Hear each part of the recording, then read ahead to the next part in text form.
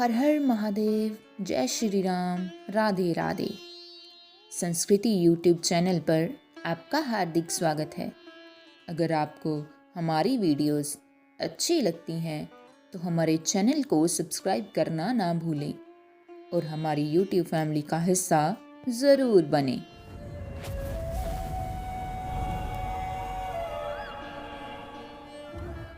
भारतीय धर्म ग्रंथों और पुराणों में 7 चिरंजीवी का जिक्र मिलता है।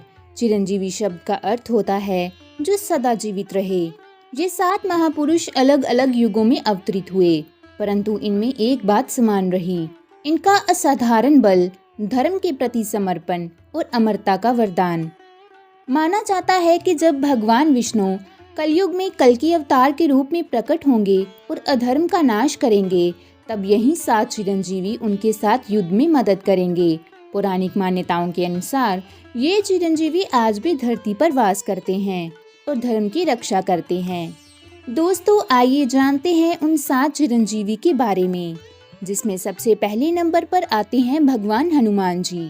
भक्ति और बल के प्रतीक त्रेता युग में जन्मे हनुमान जी भगवान शिव के 11वें रुद्र अवतार माने जाते हैं। उन्होंने भगवान राम की रावण के विरुद्ध युद्ध में महत्वपूर्ण भूमिका निभाई। राम जी ने धरती छोड़ने से पहले हनुमान जी को अयोध्या का रक्षक बनाया और वरदान दिया कि वे तब तक जीवित रहेंगे जब तक धरती पर राम नाम का उच्चारण होता रहेगा। माना जाता है कि हनुमान जी आज भी कैलाश पर्वत के उत्तर में स्थित गंधमादन पर्वत पर वास करते हैं। दूसरे नंबर पर आते हैं अश्वत्थामा। श्राप में मिली अमरता। महाभारत युद्ध के महान योद्धा अश्वत्थामा गुरु द्रोणाचार्य के पुत्र थे। पांडवों के पुत्र की हत्या और उत्तरा के गर्भ में पल रहे बालक पर ब्रह्मास्त्र चलाने के कारण भगवान श्री कृष्ण ने उनसे उनकी मणि छीन ली और उन्हें श्राप दिया कि वे युगों तक घायल अवस्था में भटकते रहेंगे। माना जाता है कि अश्वत्थामा आज भी नर्मदा नदी के आसपास भटकते हैं और वहां के शिव मंदिरों में गुप्त रूप से पूजा करते हैं। तीसरे नंबर पर आते हैं राजा बलि। भक्त प्रहलाद के पुत्र और असुरों के राजा बलि ने भगवान विष्णु के वामन अवतार को 3 पग में समस्त लोक और स्वयं को भी दान कर दिया। इस त्याग के कारण भगवान ने उन्हें अमरता का वरदान दिया और पाताल लोक का अधिपति बनाया। कहते हैं कि ओणम के पर्व पर राजा बलि धरती पर अपने भक्तों से मिलने आते हैं। चौथे नंबर पर आते हैं वेद व्यास जी, जिन्हें ज्ञान का अमर स्तंभ कहा जाता है। महाभारत के रचयिता और वेदों के विभाजक ऋषि वेद व्यास को ज्ञान का प्रतीक माना जाता है। उन्होंने न केवल महाभारत की रचना की, बल्कि वेदों को 4 भागों में विभाजित कर उसे सरल बनाया।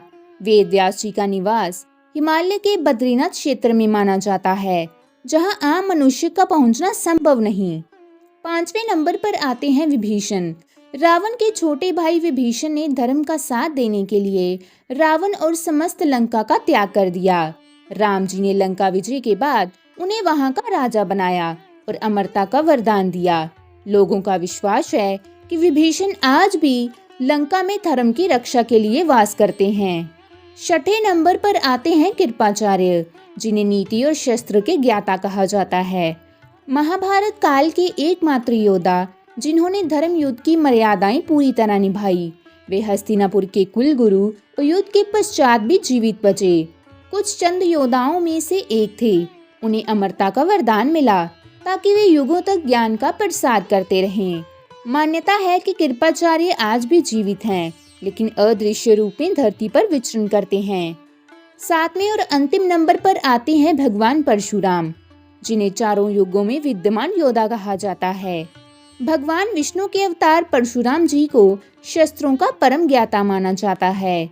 उन्होंने क्षत्रियों के अत्याचार से पृथ्वी को मुक्त करने का संकल्प लिया और धरती दान कर अपने गुरु को समर्पित कर दी।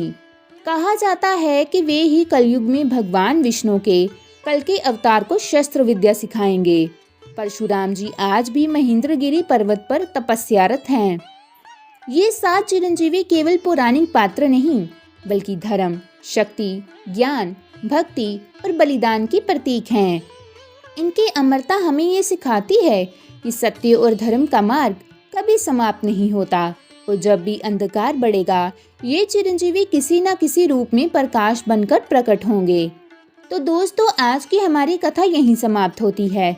मिलते हैं अगली वीडियो में, तब तक के लिए धन्यवाद।